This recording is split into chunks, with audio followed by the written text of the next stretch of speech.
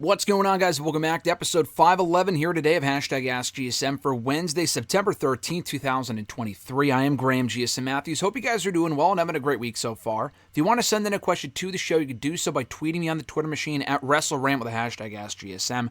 Find me on Facebook as well, facebook.com/Graham.GSM.Matthews. Be sure to drop a comment on the post I usually put up on Tuesday nights. Spoiler alert, I forgot last night. I actually lost internet around the time that NXT started. I wasn't going to watch NXT live anyway. I was going to watch the new Ahsoka episode, the new grand premiere, which was actually a really good episode as expected. Couldn't watch it live due to the fact I lost internet. Thanks, Xfinity, for like 2 hours. So anyway, I forgot to put up the post last night. Bottom line, I apologize. In the case I don't put up the post, if you're a Facebook user and don't want to use Twitter to send in a question or X, whatever, or YouTube, you can just drop a question on the wall itself on my page. And I will. Do they even call it a wall anymore? I used to. That's what it is. That's what it still is to me. But anyway, you can drop a comment on the page itself. I will include your question in next week's edition. In addition to the comment section down below, on this very video, I'll include your question in next week's edition. So let's get right into it here. Episode 511, starting with the YouTube questions, beginning with Nike only from YouTube. Their question was, who should be the next challenger for Gunther in the Intercontinental Championship? So, based on what we saw on Monday's Raw, Gunther, or rather Chad Gable would make sense. I do, after seeing that promo that Gable cut, and even the match itself last Monday on Raw was amazing. After seeing that match, the feud, and specifically the promo that Gable kind of echoed his same thoughts from that promo that they taped for .com, in the promo they did for Monday's Raw, Gable's got to be the one. There's no way after all of that Gable cannot be the one to beat Gunther for that Intercontinental Championship. We've asked that question many times here on the show in the last number of months, the last year, whatever. I've said Sheamus. Sheamus to me would be, I said the same thing 6 months ago. It had to be Sheamus. It had to be Sheamus, and it's not going to be Sheamus, unfortunately. We all know that now. That being said, at this point, Sheamus is on SmackDown. That's not happening. It's got to be Chad Gable. That said, though, I don't think it needs to be at Fastlane. If it is, I'm not complaining. But the fact that Tommaso Ciampa stepped up on Monday's Raw, I know they probably did that to set up the six-man tag team match for later on in the night that Ciampa's team won. Gable picked up the winning, victory for his team. Ciampa was the one, though, that held back Gunther. I'm thinking we get Ciampa and Gunther at Fastlane. I want to see Ciampa and Gunther at Fastlane. Ciampa's not winning the Intercontinental Championship, but they had an outstanding match at TakeOver Stand and Deliver back in 2021 for the NXT UK Championship. Another match that Ciampa was not going to win, but they went in there, beat the fucking hell out of each other, and had a great match. I think they could do the same thing at Fastlane this time for the Intercontinental Championship. So I want to see Ciampa step up first and maybe another person or two, and then you can run back Gable and Gunther. I wouldn't do it soon. I think you need to kind of give people a break from Gunther and Gable and then get back to it after Gable works his way back up the ladder, getting another opportunity at like the Royal Rumble or something, and then he wins the championship on that show, and then maybe on that same show, Gunther wins the Royal Rumble. I feel like that would be the best way to book it. I've seen other people say it. I completely agree. That would be the route to take. Next question comes from 6FoxPuff on YouTube. They say, got a few questions before, just wanted to say I've been a huge fan of yours for years. Thank you for all the content you put out. I watch and read everything you put out. Been like that since 2012, 2013. Well, thank you so much for the kind words. I appreciate that, especially for such a long time, 10, 11 years. That's a long time. I've been putting content out on YouTube and doing articles and stuff for even longer than that, but the fact that you've been following for that long, I don't know that many people can say they've been following my content for as long as that, consistently. So I really appreciate it. Thank you so much.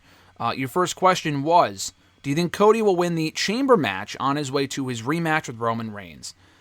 Yeah, I would rather see that than seeing him win the Rumble. I honestly, personally, at this current point, do not have an issue with Cody Rhodes winning the Royal Rumble again. Do I want to see that happen? No. I think you can't really have anyone win from number one for a while now. Edge did that in 2021. Rhea Ripley just did that this year. You can't have anyone else win from 1 or 30 for a while. We've gotten that with Brock and with the women a lot lately. No more winning from 1, no more winning from 30 for a while. Cody can win from an early number, though. Cody can win from an early number as opposed to 30 this year, which is the number that he won from this year. I would not personally be opposed to it. I know other people would be. Oh, he won last year. I mean, to me, it makes sense. You can have Gunther or whoever's challenging for the World Heavyweight Championship win the Rumble, and then Cody can get his rematch another way. I think you can have him get his rematch by simply either challenging Roman, which might sound lame, or by winning the Chamber, like you said. It doesn't sound like they're getting rid of the Elimination Chamber pay-per-view. They did it back in February of this year when Triple H was still in charge. It doesn't sound like they're getting rid of it. I wish they would. I think the Chamber pay-per-view is just not necessary. It was a great show this year. I'd rather see them do the Chamber when it's not like War Games where it's like, oh, I can challenge you to Elimination Chamber. Yeah, no shit, but like, Triple H tried to convince us otherwise, earlier or, late last year at Survivor Series. RJ and I joke about that all the time. But I know it's not a match you can challenge someone for, but I would rather see them do the Chamber match when it makes sense to have, when you have 4 or 5 challengers for a championship, and it's like, all right, let's do it now. But they haven't done that in a very long time. I don't see them ever going back to that, so whatever. They like to use it as their way of setting up the championship matches for WrestleMania. When the world titles are defended inside the Chamber, they almost never change hands, which is so fucking lazy. Anyway, because it's so unlikely in a realistic sense. How often would the champion retain? They've been retaining a lot in the last 10 plus years. You'd be surprised. Back to my original point, Cody winning it would be fine. It might be predictable, but it might be an improvement over winning the Royal Rumble, so I would not be opposed to that. Their second question, what do you think the plans are for SmackDown's main event, seeing that Roman has not been on the schedule, or is not on the schedule going forward? Seems a bit lackluster lately with no real story. They're trying to fill the time with this Jimmy Uso, Solo Sikoa nonsense. You got AJ Styles in there. Listen, I'm kind of compelled to see where they go with the faction warfare stuff, with Judgment Day getting involved, and maybe AJ in the Bloodline or AJ in the OC versus the fucking Judgment. I don't know. We've already seen that, by the way. We saw that last year. The OC against the Judgment Day. Quite a bit, actually, in the last couple of months of 2022. But anyway, I honestly don't know. To me, it feels like, as you said, it's lackluster because it's clear they're killing time. They're killing time before they can get to Roman and Cody at WrestleMania, and Roman ain't working for the rest of the year. He's not currently scheduled for Survivor Series. Now, could he be added to the schedule? Yeah. Could they add in a Saudi show? Yeah. But we're in mid-September now. There's no Saudi show announced. Survivor Series is coming up at the end of November. If they were going to do a Saudi show, they would be announcing it for early November. Again, could they? Yeah, they still could. But I'm kind of surprised they haven't already to put tickets on sale and stuff. They already announced the fucking Rumble today, but yet not a Saudi show probably coming up that would be coming up in early November. I don't think they would be doing it in December. They haven't done a December pay-per-view in a while now. So I don't think Roman's working for the rest of the year, which is so fucking dumb. He retained at Mania, he retained at SummerSlam, and that's it. Like, we probably will not see him defend that championship again until the Royal Rumble, which is so lazy. And it's not, I don't really blame Roman. It's the schedule they agreed to give him at Mania last year. But it's like, this is why he should have dropped the championship to Cody Rhodes at WrestleMania a year ago.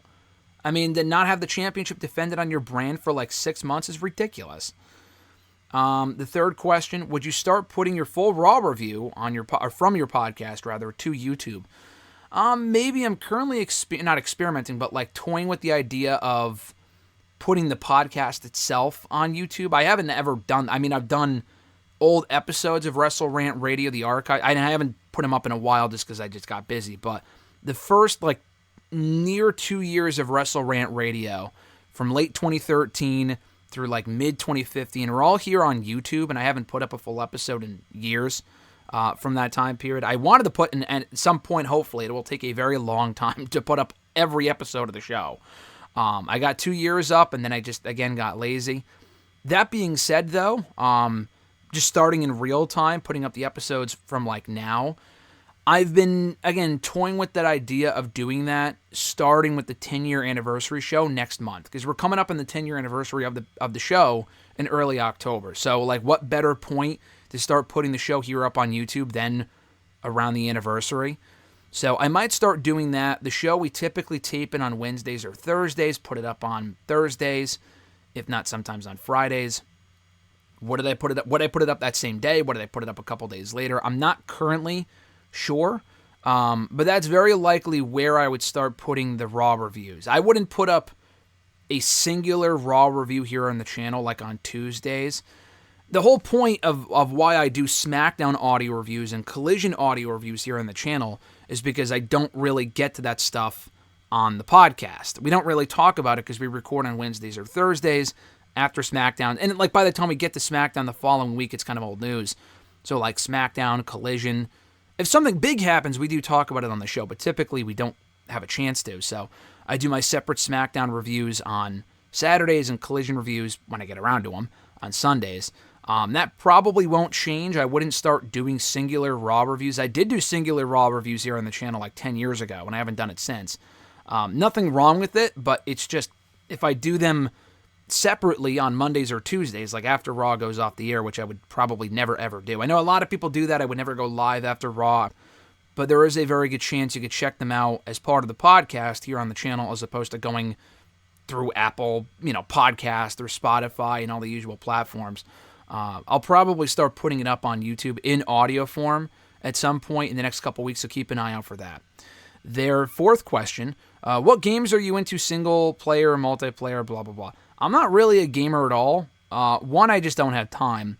And two, I don't know, I like video games, and I'll play, it depends on what it is, but I have not been a gamer in a very long time. I would typically only really play, in the last 10, 15 years, the WWE games, like the SmackDown and Raw games, the WWE 2K games, whatever. Obviously, as you can tell from following the channel, I currently play 2K23. I play GM mode and Universe mode, which you can follow along here on the channel. New episodes Mondays and Fridays. Beyond that, I don't really play much, although I did just finish with Alexis. We just wrapped up Jedi Fallen Order. I've been asking for that game for a while. I know it came out in 2019. I asked her for the game for a year. Wasn't really serious about it until my birthday months ago. She got it for me back in June. We beat the whole story in a month. Probably sooner if we played it every day, but we like to space it out and enjoy it more. So we beat the story in a month, and the entire game 100%ed it within 2 months. So in under 2 months, we beat the entire game. And now we're already on to the second game, which we don't play every day. We play once or twice a week. The new game that came out a couple months ago, which was Jedi Survivor. And I don't have an Xbox One or whatever, or a PS5. I have the PS4 that her brother actually gave to me because he didn't need it anymore because he had the PS5. So we play the new game on the new system because he owns it, and we play it whenever we get a chance, when he's not using it, blah, blah, blah. Whenever we're, whenever the opportunity arises, really. And then she's also playing Starfield right now. I don't play Starfield. She's obsessed with Starfield at the moment. Beyond that, I'm not a big video game guy, so I don't have a lot of games that I'm playing currently. I will play the occasional Mario Kart. I love Mario Kart, the new Mario Kart on the Switch, and I don't own a Switch. Maybe at some point I would get one, probably over an Xbox or a PS5, just because I'm more of a Nintendo guy. I always have been.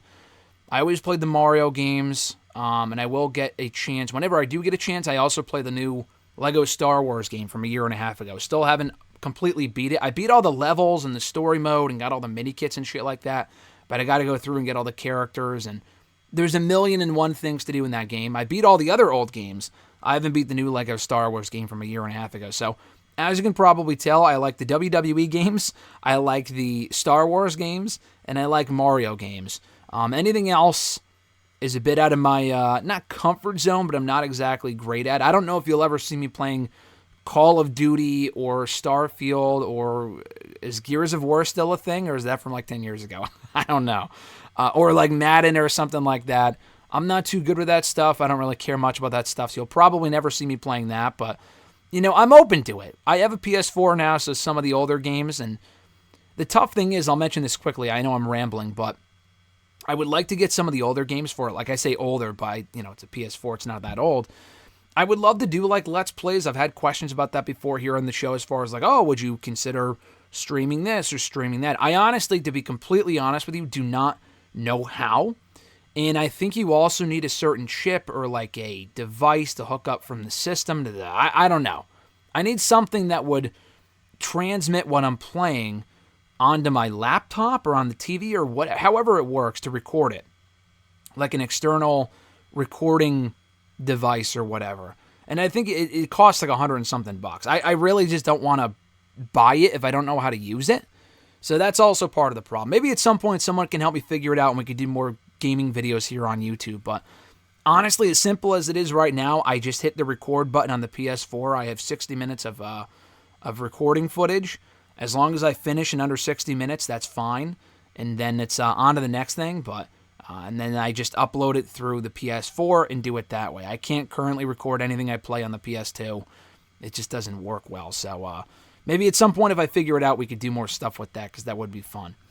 On to the Twitter questions. I have not put these in a document yet, so they're all over the place. So if you hear one question of yours and then another question later on, that's why. These are in chronological order, not by person. At Reborn Again, John Ritland from the Twitter Machine and on YouTube, Real Honesty with John Ritland. Check out his content, does great work. His question was, so Nia Jax has returned. Guess that's a wrap on the women's division being safe, huh? Listen, I have a lot to say about Nia Jax being back. I don't give a fuck that she's back. I don't want her back. I mean, I guess I care in the sense I don't really want her back. But, I don't care about Nia Jax. I know she gets heat. You can argue. And people were trying to, debate me. Not in, an aggressive way. But I said she gets good heel heat, which she does. And people were like, well, it's not the right amount of heat. Listen, I'm not sitting here trying to defend Nia Jax. I'm stretching to find positives here. In the sense that she does get heat. People care objectively more about Nia Jax than they do Candice LeRae, Tegan Nox, Indy Hartwell, whatever. And it shouldn't be that way, but it's because none of those other women have gotten consistent TV time to where they're remotely over. Nia Jax, to her credit, was always on the show and was pushed pretty aggressively for a number of years to the point where even after 2 years, her being back, she will be over. She will get heat. So she will get more of a reaction than fucking Tegan Nox is on the show. That being said, it's because they didn't put the effort into getting those other women over. The other thing is that, like you said, she's just not fucking safe. She's lost weight and she looks great, so kudos to her for that. Again, not to completely knock her because she looks great now and she's lost a lot of weight and whatever. But she's always been abysmal in the ring. She was never a good worker. It's not like I don't like her I have nothing against her personally. I don't know her. I've never interacted with her. I don't give a shit about Nia Jax. She might be a sweetheart for all I know. But what I do know is that when she was working with the company a few years ago, she had a long list of women that she legitimately injured when she was in the ring with them. And she just had awful chemistry with a lot of people. She did have her fair share of decent matches with Ronda Rousey and Asuka and Bayley. But a lot of women like Zelina Vega, Kairi Sane, Becky, she legitimately punched in the face, which ended up working out for the best, obviously. But a lot of women have been legit injured in the hands of Nia Jax. She is reckless. She's not good. Has she improved since then? Maybe, but from what I understand, and again, we just don't know, it doesn't seem like she's been working anywhere since she got released 2 years ago. Has she been working out, working out, sure, but working in a ring since 2021, trying to improve her in-ring ability? Maybe. To my knowledge, she has not been. So I guess we'll find out when she gets back in the ring. Maybe she's all of a sudden a lot better. But what I do know is that in the time that she was on the main roster, she was never any fucking good and she hurt a lot of people. If I'm Kairi Sane, I'm rescinding my offer to go back to WWE. I see Nia Jax is on the roster and I'm like, nah. Or you just put me on the opposite brain. I am not fucking working with Nia Jax after I think she hurt her twice, but I remember at least one incident, not really an incident, but one instance where she hurt her during one of those COVID shows and she just chucked her in the turnbuckle. It's like, what the fuck are you doing?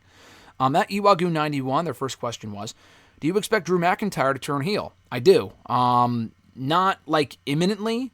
I think that's the long-term plan. It might take them a while to get to that point, but I do think that's where we're headed, yes. And I do think that's the right thing for his character, to switch him up a little bit, make him a little less stagnant, more, feel fresher, blah, blah, blah. And I like what they're doing with Drew. His whole character development feels like one of the more interesting parts of Raw right now. At Reborn Again, his second question, if not Nakamura, who do you think will take the title off of Rollins? Priest cashing in, Gunther after he loses the Intercontinental Championship. I'm honestly hoping Priest. It's not going to be Nakamura. Nakamura is a filler opponent. He's a filler feud for Rollins, and I've liked the feud, but it's not the feud that'll lead to Rollins losing the championship. I wouldn't hate it if it was, but I just don't get the feeling that it is. Priest cashing in would be ideal. I don't want Priest cashing in and losing again. Not that he would lose again, but we've already had so many fucking briefcase winners for the men in the last 5 or 6 years that were a total disaster. The Brock one was a waste. The Braun one was a waste. The Baron Corbin one was a waste. The Austin Theory one was a waste. The Otis win was a waste. It's can we get a real... I know Big E cashed in successfully, and he had a great little run. He was over when he cashed in. It was a great moment. That's far and few between. That's like 1 out of like 6 or 7 people in the last 6 or 7 years. So no more of this bullshit. We need Priest cashing successfully on the World Championship. Do not waste it on a mid-card title. I know they've elevated the Intercontinental Championship, and that's great. Priest is ready to be the World Champion, not just the Intercontinental Champion, in my opinion. So I would have it be Priest. I get the feeling there's a chance they can have Rollins hold the championship until Mania and then lose it there to Gunther. The question there, though, is who do you have Rollins work with in the meantime? He's already beaten all of Judgment Day. Who is there really for him to work with between now and Mania, if not Gunther? So I think Gunther might take the championship before then. He's got to lose the Intercontinental Championship first. But if, like Rollins, if the idea is to do Rollins and Gunther at Mania, how do you fill the time between now and WrestleMania? Rollins is not Roman Reigns. He's defending the championship every month. So the Nakamura feud is already running thin, and you're doing a rematch of those two at Fastlane. What do you do with them at Survivor Series and Elimination Chamber and WrestleMania, or rather the Royal Rumble, if not like a Saudi show in between? I don't know. At Iwagu91, their next question was, your thoughts on Ivy Nile? I think she's good. I think she's a good prospect. She's improved a lot in the last couple of years. She's still not quite main roster ready yet. I think she needs to work on her mic skills specifically. In the ring, she's fine. She's pretty good. They need to do a better job of like protecting her and building her up. I always feel like she's the stepping stone for another person in that women's division. She's always like a background character, whether it be in the Creed Brothers, Diamond Mine faction, or like she's just used to get other people over. And I feel like given her like presence that she has about her, she can be more than that. They got to start building her up, though, for like actual championship opportunities and stuff like that. But she is a good prospect, and she's improved a lot from where she was 2 years ago. Back to that Reborn again, his other question was, after Riddle's latest incident, should WWE just cut him loose? Should they cut him loose? That's a good question. I don't think they need to. Should they? I don't think they should cut him loose, but I think I'm not surprised that they haven't really gone all in with him lately. Like, he's done a whole lot of nothing for the better part of the year. I know he's been busy, technically. Like, he came back and did the Bloodline thing. Then he went after the Intercontinental Championship. Like, he's been doing stuff, but he just hasn't won a lot of matches. It's clear that he's not a focal point on that show, even though he was a year ago as part of the Rollins feud. He's not anymore, and that's because they just can't trust the guy, it seems. And I don't blame them, because he's always up to some dumb shit. I don't think this is that egregious to get rid of him for. Like, if he got arrested or something, I mean, it sounded like he had some run-in with someone at the TSA, and he kind of... The worst part about the incident was that he made this an issue himself. Like, it sounded like they stopped him for being disorderly or whatever, and then it was all fine, and they moved on their way, and nothing came of it, but then he had to open his fucking mouth and say something on Instagram about being sexually assaulted. Maybe he was, but it didn't sound like he is, based on the fact he took the post down, and the TSA was like, whoa, what's going on here? So, no, I wouldn't cut him loose, but the timing is terrible with the Endeavor deal going through this week, and it's like, you don't want this bad publicity at this time of all times. I mean, he used to work for the UFC, and they fired him for a reason. I know it was like the drug weed stuff, was it not? But still, I mean, it's not a good look. Now he's working for the other company that the UFC now works with, and he's getting in trouble over there as well for albeit different reasons. But still, I mean, the guy's a liability. He's not out there getting arrested and stuff. It's just a lot of incidents where it's not going to get him put in. I mean, unless he is guilty of like the sexual assault stuff and whatever. I mean, I know he said that he was sexually assaulted by the TSA. I'm talking about the allegations and accusations of Riddle being not the victim of sexual assault, but doing the sexual assaulting, if that makes sense. Like being a predator or whatever. We've heard those stories as well. Whether they're true or not, I mean, if they are true, that's a massive issue. But they haven't yet been proven true by, like, WWE per investigations, or they've just ignored it. My point being is that all these small things, quote-unquote small things, because some of these issues are bigger than that, obviously, they could amount to something a lot bigger if he just keeps getting in trouble and causing them headaches and issues. So, it might lead to him getting fired. It was said that he wasn't at Raw this week and is off the house shows because he's got an illness or something. I mean, the timing on that seems very coincidental, but I guess I'll believe that. I'm not sure why PW Insider would report that if it wasn't true. Just say that he's off the shows due to the investigation. I'm not sure why WWE would lie about that. Like, in the midst of the investigation, we're not going to put him on the shows, blah, blah, blah. I mean, I could certainly see him getting released. If I'm in charge currently, I don't know if I would release him. At the same time, he's not a hot commodity. Like, he's not Seth Rollins or Roman Reigns. He's not CM Punk. He's not a bigger star. I know you don't want to favor certain people, obviously, but at the same time, he's not like a focal point on the shows. So if you get rid of him, not really much changes. Drew might even be better off so he can go on and do his own thing and do something of more importance, blah, blah, blah. He doesn't really need to be on the show, does Matt Riddle. So, no, I don't think WWE should cut him loose, but I wouldn't be surprised if they did.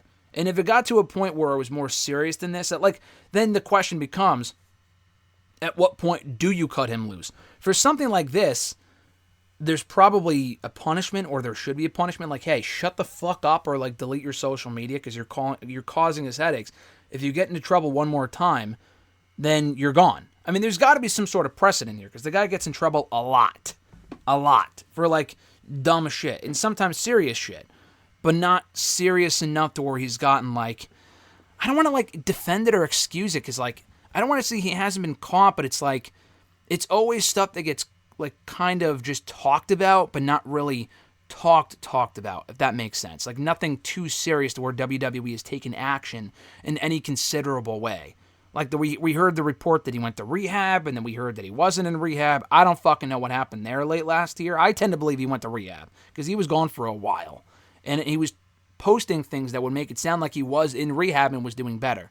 But he's still having issues because he's still fucking out and doing dumb shit, it seems. So they need to take action soon and just tell the guy, listen, if you get in trouble again, you're gone.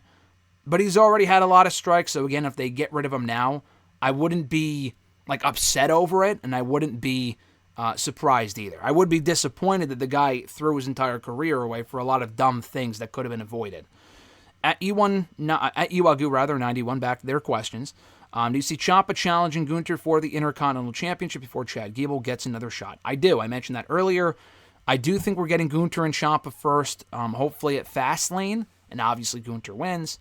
I would save Chad for another show, whether it be Survivor Series or the Rumble. Have him work his way back up and not just get an immediate rematch, because that wouldn't make a whole lot of sense. At noob_n_co-TV, what are your thoughts on the WWE and UFC merger? Do you think there's going to be some exciting content for both companies? I don't really think this changes much. I don't really care about the merger one way or the other. I know the company isn't completely run by the McMahons anymore, but I don't see this leading to a drastic change in creative direction for WWE. I saw the quote the other day from one of the head officials as part of TKO, as part of Endeavor or whatever. No rhyme intended. And they had said, our goal is to make every WWE fan a UFC fan and vice versa. Well, let me tell you, that ain't going to fucking happen. I'm not saying I don't like UFC, because I do, but there's a lot of people who watch UFC do not watch the fake shit for a reason. And there's a lot of people in WWE, a lot of WWE fans who do not watch UFC also for a fucking reason, because they don't care about the actual sport of it or whatever. They care about the drama and the storytelling. Not that UFC doesn't have that sometimes for real reasons, but, that's just not going to happen. I did see, though, I will say, if their goal is to do joint pay-per-view weekends where they run like a UFC show one night and a WWE show the other night, I would actually be in favor of that. I might go to my first UFC show if they did something along those lines. That would actually be pretty cool, so I can't complain about that. I don't know if that's exciting content, but I mean, that does sound like an interesting concept that I think is worth trying. At E13A, have you heard about Johnny Gargano being in WWE house shows recently? I have. I don't know what the fuck is going on with Johnny. I had seen the tweet, Johnny's back at a house show. I mean, he was at a house show a month ago. Also losing to Omos. I feel like he's been returning at house shows for months now. Like, what the fuck is going on with Johnny Gargano? I hope he's okay. I feel like there's got to be more to the story, and they're just not using him. There's got to be a reason why they're not using him. He had to have been sick or hurt or something. He's been on and off TV for like a year now. There's got to be a reason why he has not been around consistently. So hopefully he's okay and they bring him back soon as part of a DIY reunion. Because beyond the Ciampa Gunther thing, I don't really know what else you do with Ciampa on that show currently. And Gargano could use the direction. And the tag team division could use them as well. So I've mentioned that before, but hopefully he's back soon. And because he's been off TV for months. His second question. I mean, all of his questions kind of wrap up this episode. So at E13A, second question. Do you think Jimmy Uso will have a good singles run, or is it too early to judge? Apparently his match with AJ Styles on SmackDown got boring chance. I think it's too early to judge. I think Jimmy is talented enough to make it work. I just don't think he's a big enough star to carry SmackDown without Roman Reigns. Like, if we have Roman Reigns around, then Jimmy Uso is doing his thing in the mid-card, then fine. I think Jay connects with the crowd more. He's more over on his own. He's also a better wrestler on his... Like, I've never wanted to see the Usos on their own, period. But if you are going to break them up, and they did, Jay Uso has a higher ceiling on his own. He's proven to have better matches, better promos, better storytelling, better everything, really. Better crowd connection than Jimmy. Jimmy is very good, but he's just so far not really connecting, and he's got good heel heat, but it's like... The matches aren't really... I mean, he's only had one match, but it is too early to judge, is the answer to your question. But I just see Jay having a much brighter future on his own than Jimmy Uso. Next question, also from E13A. Do you think Cody Rhodes will fight Seth Rollins at the Royal Rumble and then win the Rumble match like a Becky Lynch fought at the 2019 Royal Rumble event? Yeah, I honestly was thinking about that the other day. There's no way I think that they teased Cody and Seth a few months ago, or not even a few months ago, like a month ago on Raw, and then not do it at some point. I thought they would do it sooner than they are. But could they do a scenario where Cody fights Rollins that night, loses, and then goes on to win the Rumble? Yeah, they could. And I said that with Gunther too, not in the same situation, but Gunther could lose his Intercontinental Championship at the Royal Rumble and then go on to win the Royal Rumble soon after. I feel like that's perfectly plausible. So I think that could happen. But the same thing could happen with Cody Rhodes, where he faces Rollins, and then after that, he loses. And then after that, wins the Rumble. I don't know how many people would want to see that, because he won the Rumble last year. My fucking phone just went off. I apologize. But still, I think they could do a situation where they could have Cody win. I just don't know if people would want Cody to win again because he won last year. That might not go over too well, but it's possible. Last two questions. Do you think EC3 should be in the NWA? Yeah, I mean, I like EC3. I do. I think he's better now. I mean, he's got a new look, and the Control Your Narrative shit was fucking terrible. I think EC3 is actually very good. I've always thought that. I've always been a fan of his work. Is it conducive to the NWA environment? No, he's a weird fit for the NWA, but listen, he's the world champion. It's better than doing nothing. I mean, I would rather see EC3 and NWA than, MLW is also just a better, every product is better than the NWA's, but I don't think he fits the NWA, or I don't think he doesn't really fit the NWA, but he fits MLW even less, and I don't see any spot for him in AEW. Ring of Honor at this point is just a fucking indie fed, so if this was the Ring of Honor of 2 years ago, which is what he was a part of that at the time, then yeah, I think EC3 and Ring of Honor would be great, but it's a different Ring of Honor now, and they're just all about the, not stories, but like they're having matches for the sake of matches, so he's not a good fit there either. The WWE train has probably left the station. That ain't happening. So NWA might be the best place for him. I think EC3 back in Impact would be cool, but he already kind of hit his ceiling there as far as being the Impact World Champion. Like, there's not a lot more for him to do there either. He was there for 5 years. What more is there really for him to do in Impact 2? And he already had his return run a few years ago. So I think him in the NWA might be his best bet right now, especially if he is going to be the world champion for the foreseeable future. And his last question, do you think AEW is popular because of its stars or because of the brand itself? Good question. I would say because of the brand itself. I don't think people watch AEW. I think some people will watch the company because, the Elite are there, I'm going to watch AEW. Or, because CM Punk's there, I'm going to watch AEW. Just because CM Punk's gone. He's not there anymore, but Punk being gone might cost them some viewers, but not like an overwhelming majority. The ratings did not go up that much because Punk was there. No one star is going to be a difference maker for them. I think people are AEW fans because they're AEW fans. They're fans of the product, the style, the storytelling, the people they have there, but how they utilize them. And that's not going to be everyone's cup of tea. There's certain things I love about AEW. There's certain things I think they could do better with. But I like the brand because it's AEW. I don't just watch them or enjoy AEW because of the stars they have on top. They've had different stars on top for years now, from the Elite to then Punk and Danielson. They've had a lot of different people on top, so it's not like it's been better at certain points because certain people are on top. It's more just the creative direction, what Tony Khan is doing with these people. The stars help. You can't really have a great product without the star power, obviously. But I do think AEW is popular because for a lot of people, it's not WWE. Some people just fucking hate WWE, and that's understandable. And this is the alternative, and that's why they watch it. This is why they like it.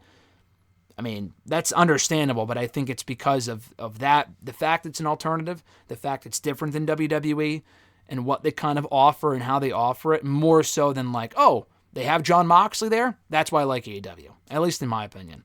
And that's going to do it for episode 511 of #AskGSM here today for September 13th, 2023. I appreciate you guys checking out the show as always. If you want to send in a question to the show, you can do so by tweeting me on the Twitter machine at WrestleRant with the #AskGSM. Find me on Facebook as well, facebook.com/Graham.gsm.Matthews. Drop a comment on the post I usually put up on Tuesday nights, if not in the wall itself. And last but certainly not least, drop your question down below in the comment section in this very video. I'll include your question in next week's edition. Have an awesome one, guys. I'm Graham GSM Matthews, and I'll catch your ass down the road.